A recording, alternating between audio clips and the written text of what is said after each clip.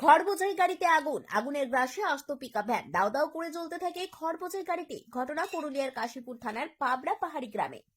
একটি খড়বোঝাই গাড়িতে আগুন লেগে যায়, মুহূর্তের মধ্যেই আগুন গ্রাস করে নেয় গাড়িটি। খবর পেয়ে ঘটনাস্থলে পৌঁছায় দমকলের একটি ইঞ্জিন।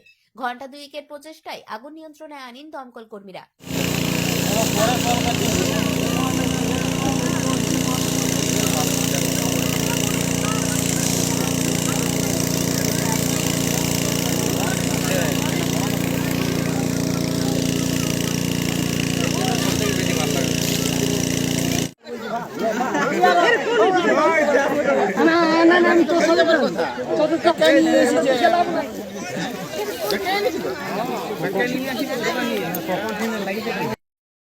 এদিক থেকে পোয়াল লোড করে আছে, পোয়াল বোঝায় গাড়ি শিমুলডাঙ্গা দিক থেকে এই ওড়ার পর দিয়ে ওই ঝাড়খণ্ড বিহার দিয়ে নিয়ে যায়।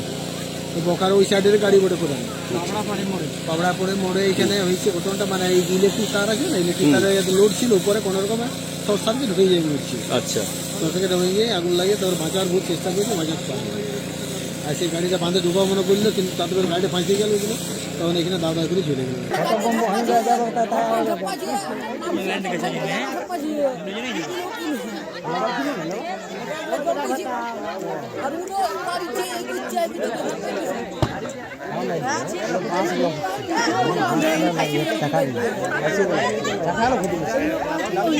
এই কত লুকা নিয়ে যাবো, কত রিক্সা গাড়ি ঢুকান যায়।